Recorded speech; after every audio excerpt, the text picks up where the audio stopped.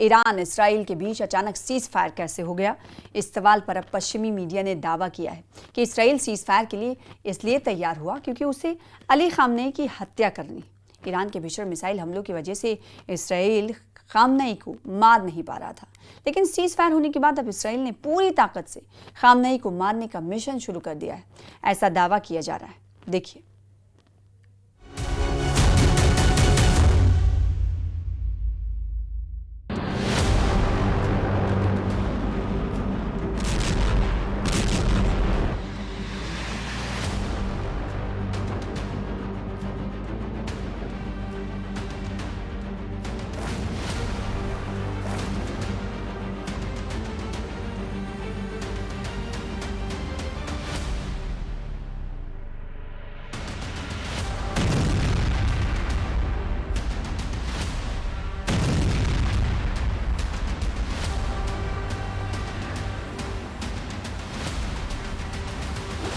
Khamenei को मारना है इसलिए हुआ सीज फायर।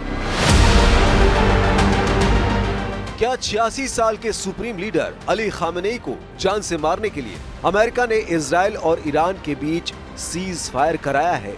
क्या अमेरिका और इजराइल मिलकर खामेनेई की हत्या करना चाहते हैं? ये वो रिपोर्ट्स हैं जो पश्चिमी मीडिया में सुर्खियां बनी हुई हैं। हम आपको दिखाने जा रहे हैं 12 दिन की खूनी जंग में इजराइल और अमेरिका ने मिलकर ईरान में जमकर तबाही मचाई है। लेकिन इतनी भीषण तबाही मचाने के बाद भी वो न तो ईरान के सुप्रीम लीडर खामेनेई को मार पाए और न ही ईरान के यूरेनियम को तबाह कर पाए। यहाँ तक अमेरिका और इजराइल ने ईरान पर भड़कते हुए चेतावनी दी है कि अगर 408 किलो संवर्धित यूरेनियम नहीं दिया तो दोनों मिलकर उस पर हमला कर देंगे। हम आपको दिखाने जा रहे हैं सीज फायर की इनसाइड स्टोरी और क्यों अमेरिका और इजराइल हर हाल में खामेनेई की हत्या करना चाहते हैं।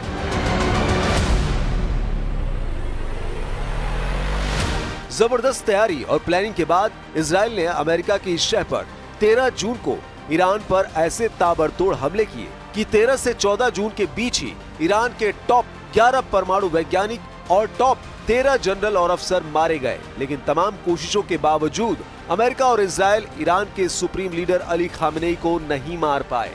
हमले से पहले ही खामेनेई के वफादारों ने उन्हें ऐसे खुफिया बंकर या गुप्त स्थानों पर छिपा दिया जिसका पता न तो इजराइल को लग पाया और न ही अमेरिका को। अब सवाल उठता है कि 86 साल के बुजुर्ग खामेनेई को इजराइल और अमेरिका हर हाल में क्यों मारना चाहते हैं? ईरान इजराइल युद्ध से जुड़े एक्सपर्ट्स का मानना है कि जब तक इजराइल और अमेरिका खामेनेई को मार नहीं पाएंगे तब तक ईरान को घुटनों पर ला नहीं पाएंगे।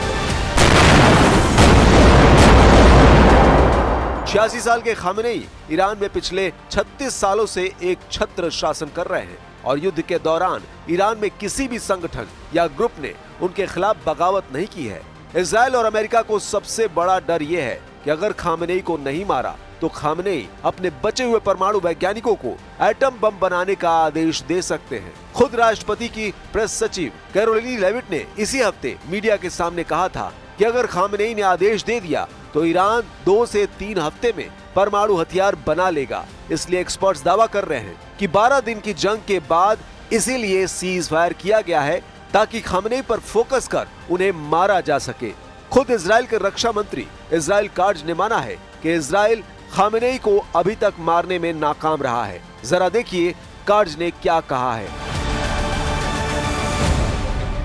इजराइल के रक्षा मंत्री इजराइल काट्ज ने कहा कि इजराइल ईरान के सुप्रीम लीडर अयतुल्ला अली खामेनेई को खत्म करना चाहता था। काट्ज ने चैनल 13 के साथ एक इंटरव्यू में कहा, अगर खामेनेई हमारी पहुंच में होते तो हम उन्हें मार गिराते।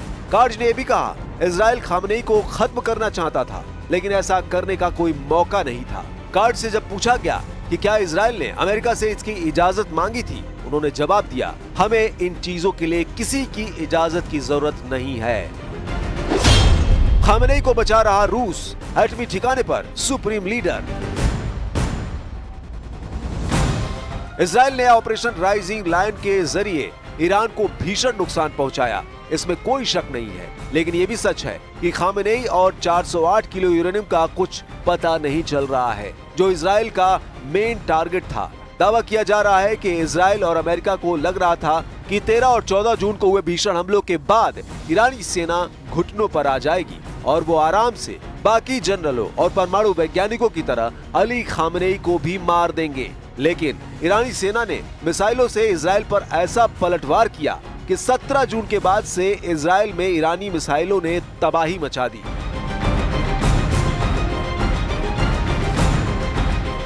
ईरान की बैलिस्टिक और हाइपरसोनिक मिसाइलों ने तेल अवीव, हाइफा, बेगलशेवा में ऐसा कोहराम मचाया कि हालात ये हो गए कि सेना और मोसाद ईरानी मिसाइलों को रोकने में जुट गए और खामनेई को टारगेट करने का प्लान फेल हो गया।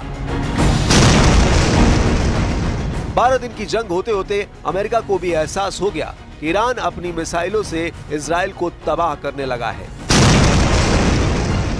इसलिए ट्रंप ने मुस्लिम देशों पर प्रेशर डालकर ईरान को सीज फायर के लिए मना लिया।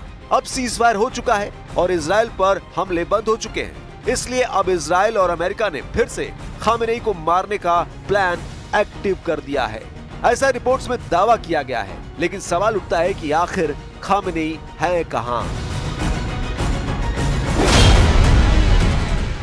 हम आपको पश्चिमी मीडिया की रिपोर्ट के आधार पर एक एनिमेशन दिखाते हैं जिसमें दावा किया जा रहा है कि खामेनेई रूस के प्लान के तहत बुशहर एटमी ठिकाने में छिपे हैं। ईरान के बुशहर एटमी प्लांट में रूस के 150 से लेकर 200 परमाणु वैज्ञानिक और एक्सपर्ट्स भी मौजूद हैं।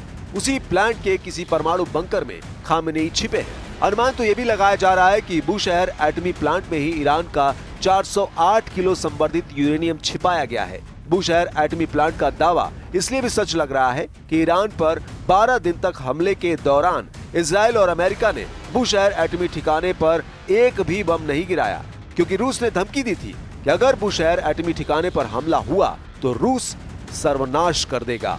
अगर खामेनेई बुशहर एटमी प्लांट में मौजूद हैं तो वो सुरक्षित है। फिलहाल खामेनेई को 8 दिन से जनता के बीच नहीं देखा गया है, लेकिन खामेनेई ने अमेरिका और इजराइल को हराने का दावा जरूर किया है।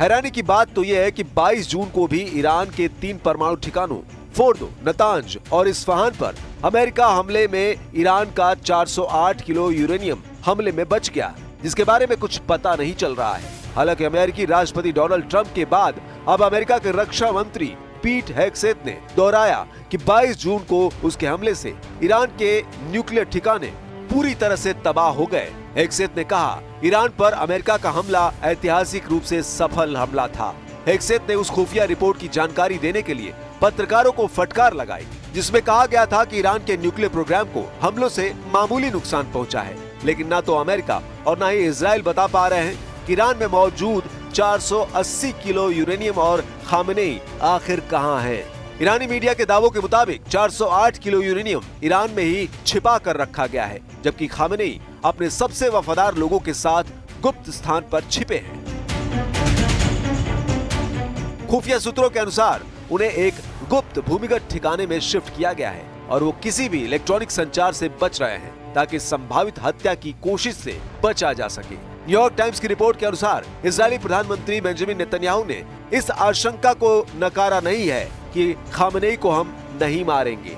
इजराइल जोर शोर से खामेनेई को मारने के लिए उन्हें तलाश रहा है। रिपोर्ट्स के मुताबिक ईरान के शीर्ष सरकारी अधिकारी भी खामेनेई के साथ सीधे संपर्क से कटे हुए हैं। ईरान की सरकारी टीवी पर जब एक एंकर ने खामेनेई के ऑफिस के सीनियर अधिकारी मेहदी फजाइली से खामेनेई के हालचाल के बारे में पूछा कि लोग सुप्रीम लीडर के बारे में बहुत चिंतित हैं, क्या आप हमें बता सकते हैं कि वो कैसे हैं? लेकिन फजाइली ने सवाल को टालते हुए कहा कि हम सभी को प्रार्थना करनी चाहिए। सुप्रीम लीडर की सुरक्षा का काम करने वाले लोग अपना काम कर रहे हैं। खुफिया सूत्रों का कहना है कि खामेनेई अपने परिवार समेत सुरक्षा घेरे में है, जिन्हें रिवोल्यूशनरी गार्ड्स की वली ए अम्र स्पेशल यूनिट द्वारा सेफ्टी दी जा रही है।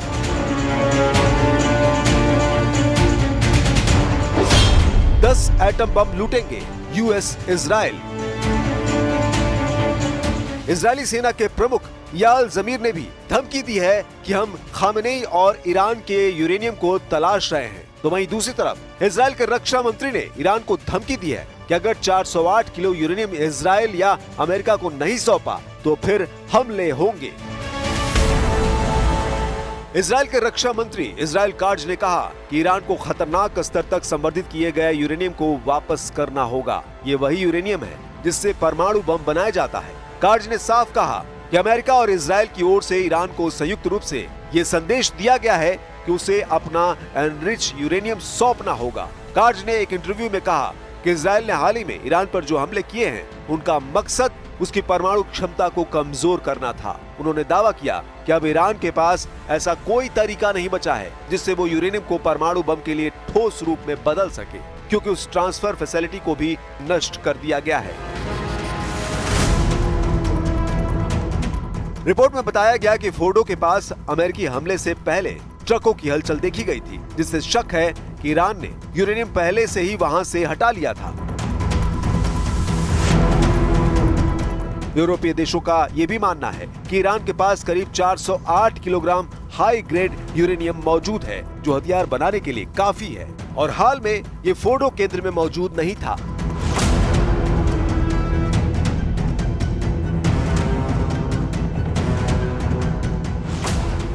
ऐसे में सवाल उठ रहा है कि अगर ईरान के एटमी ठिकाने तबाह हो गए हैं तो फिर अमेरिकी मीडिया और पेंटागन की रिपोर्ट पर सवाल क्यों खड़े हो रहे हैं। जरा देखिए, पेंटागन की DIA जहां ईरान पर अमेरिकी हमले को एक तरह से नाकाम बता रही है, तो वहीं दूसरी तरफ अमेरिका की CIA अमेरिकी हमले को सफल बता रही है।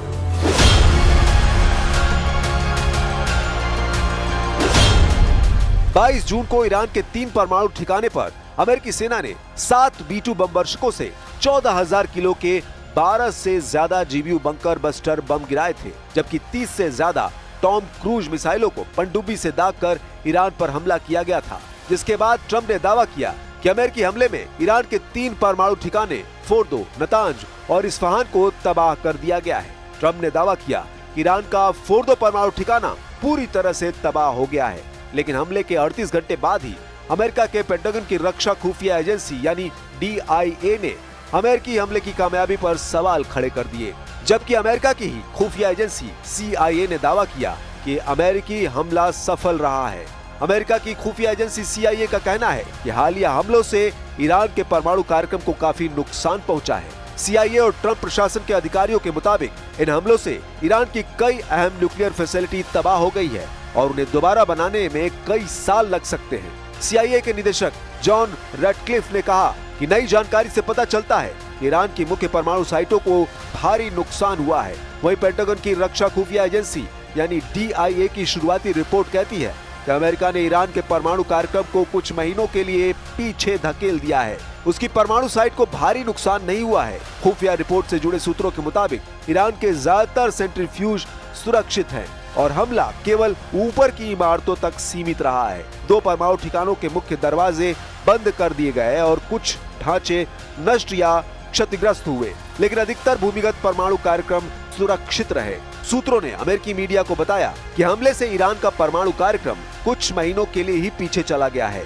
और इसे फिर से शुरू करने में कितना वक्त लगेगा ये इस पर निर्भर करेगा कि ईरान मलबा हटाकर कितनी जल्दी मरम्मत कर पाता है। वहीं राष्ट्रपति डोनाल्ड ट्रंप ने भी कहा है कि इन हमलों ने ईरान के हथियार बनाने की ताकत को पूरी तरह खत्म कर दिया है। अमेरिका की खुफिया प्रमुख तुलसी गबार्ड ने भी कहा कि नई जानकारी से साफ है कि ईरान की परमाणु साइटें बर्बाद हो गई हैं। इस बीच ईरान के विदेश मंत्रालय ने भी अल जजीरा से कहा कि इजराइल और अमेरिका के लगातार हमलों से उनके परमाणु ठिकानों को गंभीर नुकसान पहुंचा है। ऐसे में सवाल उठ रहे हैं कि ईरान के परमाणु साइटों की तबाही का सच क्या है। अब देखना होगा कि आने वाले घंटे या दिनों में क्या अमेरिका और इजराइल खामेनेई को मार पाते हैं। क्या अमेरिका और इजराइल ईरान के छिपे हुए यूरेनियम को खोज पाते हैं या ईरान पर फिर बड़ा हमला होगा।